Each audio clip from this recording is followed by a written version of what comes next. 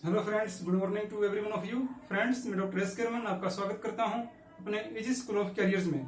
Friends, हम पिछली classes में मैथमेटिक्स कर रहे थे और मैथमेटिक्स में हमारा जो चैप्टर चला हुआ है वो चैप्टर है नंबर सिस्टम। नंबर सिस्टम से रिलेटेड हमने कुछ प्रॉब्लम सॉल्व कर लिया था और उसी क्रम को आज आगे बढ़ाते हुए हम नंबर सिस्टम से रिलेटेड कुछ और प्रॉब्लम सॉल्व करेंगे। जैसे कि आपके एग्जाम में पूछा जाता है, जैसे कि एनटीपीसी का, रेलवे का जो एग्जाम है, रेलवे ग्रुप डी का एग्जाम है, एसएससी वगैरह के एग्जाम है, या उससे रिलेटेड कोई भी दूसरा एग्जाम जिसमें कि मैथमेटिक्स से रिलेटेड कुछ क्वेश्चन आते हैं, तो आमतौर पर एग्जाम में किस प्रकार के क्वेश्चन पूछे जाते हैं उसी प्रकार के क्वेश्चन हम अपने क्लास में डिस्कस कर रहे हैं। और इसी क्वेश्चन को इस प्रकार से हमने सोल्व करना है ताकि एग्जाम में हमारा ज्यादा टाइम नहीं लगे, हमें पेन पेंसिल की कैलकुलेशन की जरूरत नहीं पड़े, सिर्फ दिमाग में ब्रेन में कैलकुलेशन करके ही हम अपने मन में कैलकुलेशन करके हम क्वेश्चन को सोल्व कर पाए। इस प्रकार से जो मैथ है वो मैथ एक बहुत बड़ा बोझ न रह करके आपके ऊपर एक बर्डन न रह करके जस्ट एक खेल के समान की तरह लगना चाहिए, जैसे फुटबॉल की तरह कि जैसे कि लेट्स प्ले विद फुटबॉल, जैसे हम फुटबॉल से खेलते हैं उसी प्रकार से लेट्स प्ले विद मैथ, कि मैथ हमारे लिए खेल की सामग्री बन जाना चाहिए बीच बीच में। जैसे हम पहली खेलते हैं उसी प्रकार से हम मैथ के लिए मैथ खेलें। जिस प्रकार आपसे एग्जाम में प्रश्न पूछा जाता है उसमें कुछ क्वेश्चन इस प्रकार से पूछ लिए जाते हैं, जैसे कि कुछ संख्या दे दी जाती हैं, जैसे कि इस एग्जाम्पल के तौर पर आपसे संख्या दे दी गई है 55, 127 और 175।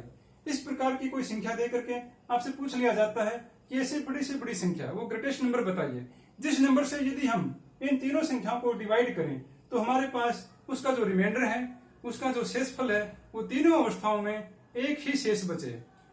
ऐसे क्वेश्चन को एग्जाम में यदि हम कैलकुलेशन करके निकालेंगे, पेन पेंसिल से निकालेंगे, तो हमारा बहुत टाइम खराब हो जाएगा। हमें ऐसे पेन पेंसिल वाले तरीके पर नहीं जाना है, हमने उसके सीधे सीधे तौर तरीके को समझना है। आमतौर पर ऐसे क्वेश्चन को सोल्व करने के लिए जो सबसे बढ़िया तरीका है वो तरीका है कि आप इन तीनों नंबरों के बीच के डिफरेंस को देख लीजिए।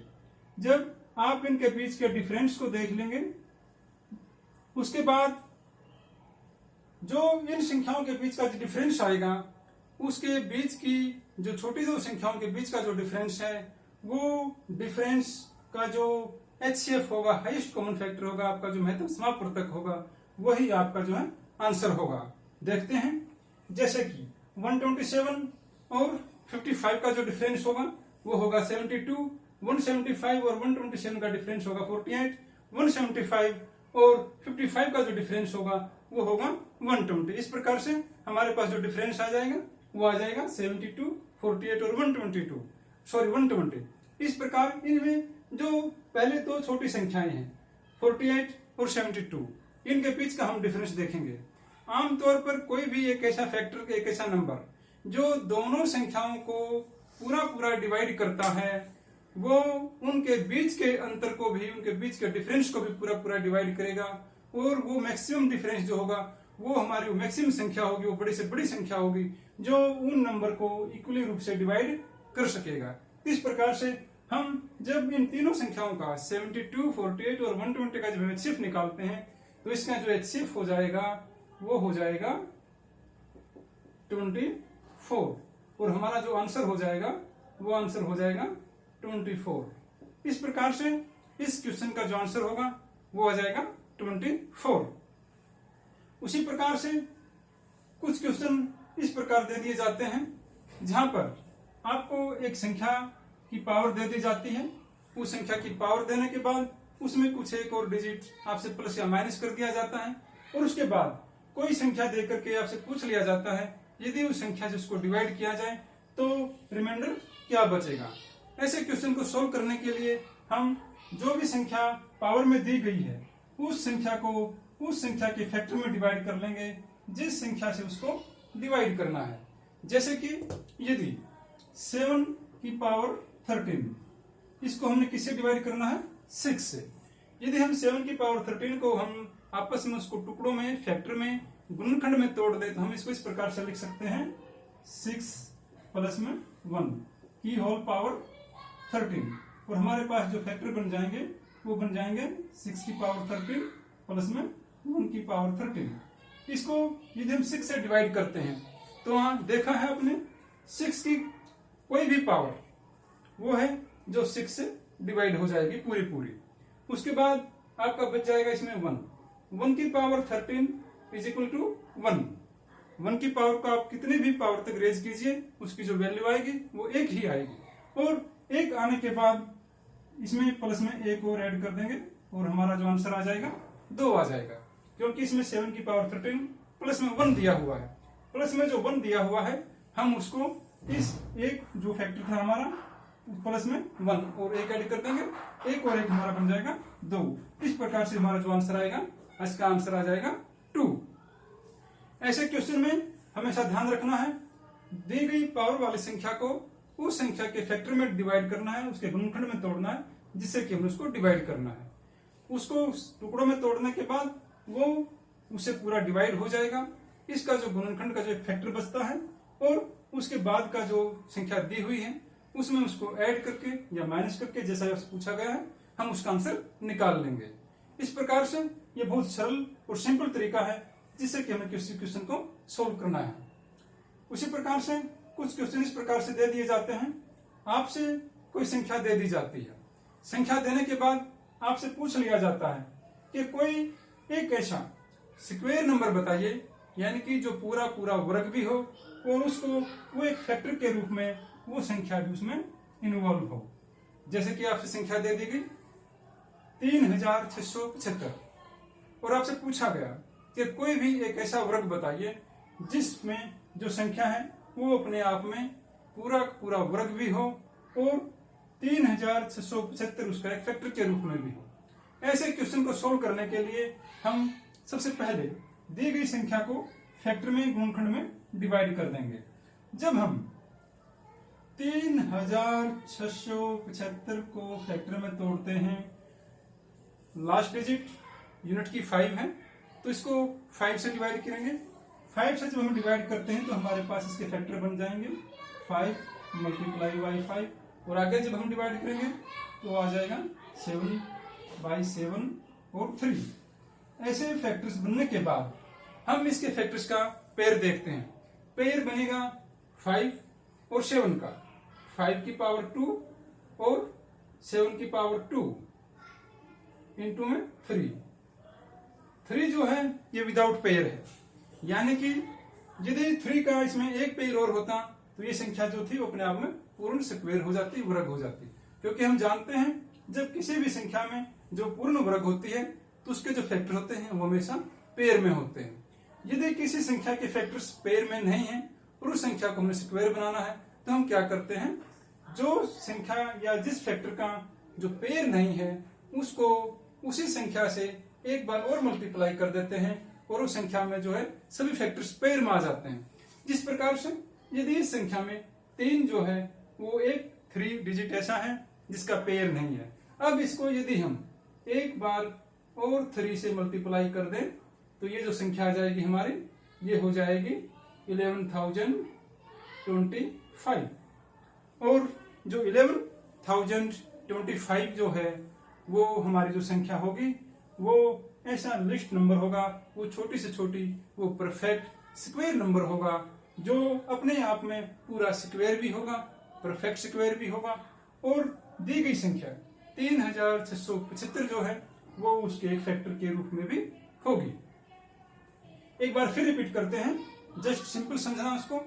दी गई संख्या को हम फैक्टर्स में डिवाइड करेंगे, उसके फैक्टर तोड़ने के बाद जिस जिस फैक्टर का पेयर बन जाएगा उस फैक्टर को हम बाद में नहीं लेंगे। जो फैक्टर विदाउट पेयर का है, जैसे कि दी गई संख्या को जब हमने फैक्टर में तोड़ा तो हमारे फैक्टर क्या क्या बन रहे थे, 5 multiply by 5, 7 multiply by 7 multiply by 3। यहाँ पर जो 5 है और 7 है वो हमारे क्या बन गए, पेयर में आ गए हैं, फैक्टर में पेयर बन गया। लेकिन जो लास्ट का जो 3 है उसका पेयर नहीं बना है, वो एक ही बार आया है। इसलिए हम इस संख्या को परफेक्ट स्क्वायर बनाने के लिए क्या करेंगे, एक बार और 3 से मल्टीप्लाई कर देंगे। जब इसको हम एक बार 3 से मल्टीप्लाई कर देंगे हमारा जो आंसर आ जाएगा 11,025 और ये जो संख्या होगी ये हमारा आंसर होगा और उसका परफेक्ट जो है स्क्वायर भी होगा। और दी गई संख्या जो 3675 है वो उसका एक फैक्टर भी होगा। तो आशा करता हूं आपको ये टॉपिक, ये जो क्वेश्चन है अच्छे से समझ में आया होगा और ऐसे क्वेश्चन में आगे से कोई गलती नहीं करेंगे। इसी से मिलते जुलते कुछ क्वेश्चन और पूछ लिए जाते हैं आपसे रिमाइंडर से, शेषफल से रिलेटेड। जैसे कि आपसे पूछा गया कि जब हमने किसी संख्या को, किसी भी नंबर को किसी एक डिविजर से, किसी संख्या से उसको डिवाइड किया, तो डिवाइड करने के बाद उसमें कोई पर्टिकुलर शेष बचता है और आपसे कोई एक संख्या और देकर के आपसे पूछ लिया जाता है कि यदि इस संख्या को इतने से डिवाइड किया जाता तो फिर क्या शेषफल बचता। एग्जाम्पल के तौर पर जैसे आपसे पूछा गया, a number when divided by 36 leaves a remainder 21। यदि आपने किसी संख्या को 36 से डिवाइड किया तो आपका जो रिमाइंडर है वो कितना बच गया, 21। अब दोबारा फिर आपसे पूछ लिया गया, यदि इसी संख्या को 12 से डिवाइड किया जाता तो रिमाइंडर क्या बचता। अब हम देखेंगे जो पहले जिस संख्या से डिवाइड किया गया और बाद में जिस संख्या से डिवाइड किया जाना है, इन दोनों के बीच के हम कोरिलेशन को देखते हैं। यदि जिस पहली संख्या से उस संख्या को डिवाइड किया गया था, जो हमारा पहला डिवीजर है, वो डिवीजर, पहला डिवीजर क्या था 36 और दूसरा डिवीजर क्या है 12। यदि दूसरे डिवीजर से हमारी जो पहला डिवीजर है वो पूर्ण रूप से पूरा डिवाइड हो जाता है, तो इसका मतलब है कि वो जो दिया गई नंबर है, वो दी गई संख्या है, वो दूसरे डिवीजर से भी, दूसरे जो संख्या दी गई है उससे भी वो पूरा पूरा डिवाइड होगा। इस प्रकार से जो वो डिवाइड, पूरी संख्या जब डिवाइड हो जाएगी तो दिया गया जो रिमाइंडर है, जो शेषफल दिया हुआ है, जो हम उस शेषफल को उस दूसरे डिवीजर से डायरेक्ट मल्टीप्लाई करके उसका हम रिमाइंडर ज्ञात कर लेंगे। जैसे कि यदि 21 दिया गया है, इसको हम क्या करेंगे, दूसरे डिवीजर 12 से डिवाइड कर देंगे। जब दूसरे डिवीजर से हम 21 को डिवाइड करते हैं तो हमारे पास जो रिमाइंडर आ जाएगा वो आ जाएगा 9 और 9 हमारा जो होगा आंसर होगा।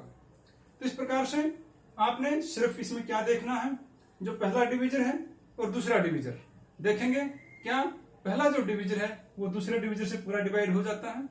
यदि वो पूरा डिवाइड हो जाता है, आमतौर पर आपसे जो क्वेश्चन है उसी प्रकार से पूछा जाता है जिसमें कि पहला डिवीजर जो है दूसरे डिवीजर से पूरा डिवाइड हो जाता है, और जो दिया गया रिमाइंडर है आपने डायरेक्ट दूसरे डिवीजर से उस रिमाइंडर को डिवाइड करके आप डायरेक्ट उसका रिमाइंडर निकाल लेंगे।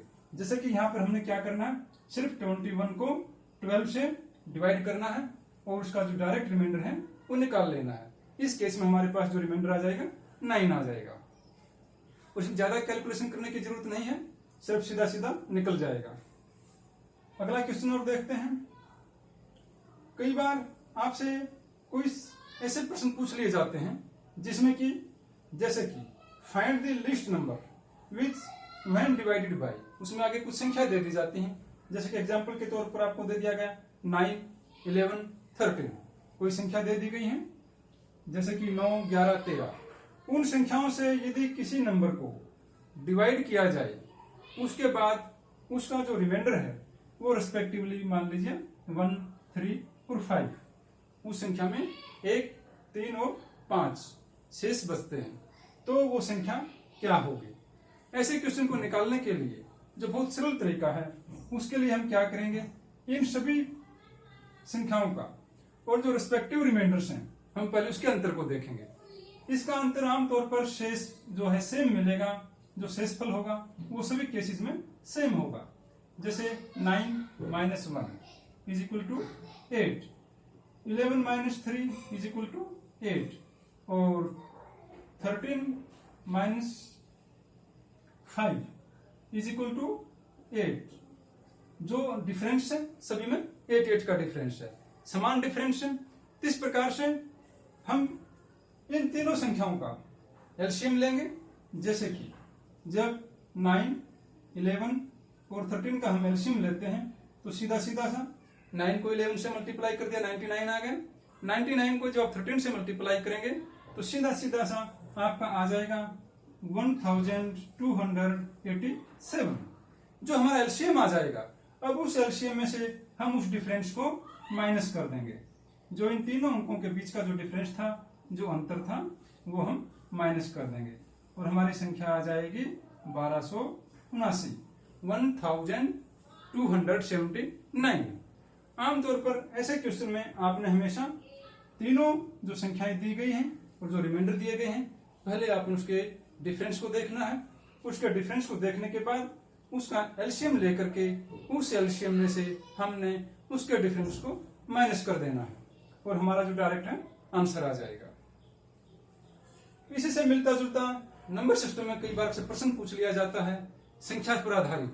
यदि हम कोई संख्या की आपस में उसका डिजिट्स का प्लेस चेंज कर देते हैं, तो प्लेस चेंज करने के बाद आपका जो डिफरेंस है पहली संख्या में और दूसरी संख्या में वो डिफरेंस दिया हुआ होता है।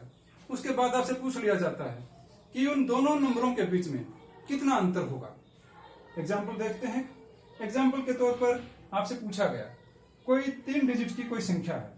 3 डिजिट की संख्या के यदि हम लास्ट का 2 डिजिट आपस में इंटरचेंज कर देते हैं, एक दूसरे के साथ बदल देते हैं, इकाई वाले स्थान को दहाई पर और दहाई वाले स्थान को इकाई पर रख देते हैं, तो वो जो नई संख्या हमें मिलेगी वो नई संख्या पहली वाली संख्या से 54 ज्यादा होगी, 54 ज्यादा होगी। और आपसे पूछ लिया जाता है कि ये दोनों जो लास्ट डिजिट्स हैं, यानी कि जो 2 इकाई और दहाई के जो अंक हैं, उनके बीच में क्या डिफरेंस होगा। ऐसे क्वेश्चन को निकालने के लिए बहुत सिंपल साधारण तरीका है। इसमें आपने कंफ्यूजन में नहीं जाना है। कोई मैथमेटिकल कैलकुलेशन करने की बजाय, संख्या निकालने की बजाय आप डायरेक्ट उसका डिफरेंस निकाल सकते हैं। 2 संख्याओं के बीच का जो डिफरेंस दिया हुआ है, वो जो डिफरेंस आया है आपका, वो आया है लास्ट के 2 डिजिट में इंटरचेंज होने से। जब लास्ट के 2 डिजिट में इंटरचेंज होने से जो डिफरेंस आया है, उस डिफरेंस को यदि हम डायरेक्ट 9 से डिवाइड कर देंगे तो हमारे पास उसका जो आंसर आएगा वो हमारा राइट आंसर होगा। जैसे कि यहाँ पर डिफरेंस कितना था 54। यदि हम 54 को 9 से डिवाइड कर देंगे तो हमारा जो आंसर आएगा वो हमारा रिक्वायर्ड आंसर होगा। इस प्रकार से ऐसे क्वेश्चन को सॉल्व करने में मुश्किल से 3 से 4 सेकंड का टाइम ही लगेगा और ज्यादा इसमें कैलकुलेशन या पेन पेंसिल से कैलकुलेशन करने की आवश्यकता नहीं पड़ेगी। तो फ्रेंड्स, नंबर सिस्टम पर आधारित ये कुछ क्वेश्चन थे। आशा करता हूं आपको ठीक से समझ में आए होंगे और मैथ एक बोझ लगने की बजाय आपको जस्ट एक फुटबॉल लगना चाहिए कि जैसे जस्ट प्ले विद फुटबॉल, उसी प्रकार से लेट्स प्ले विद मैथ।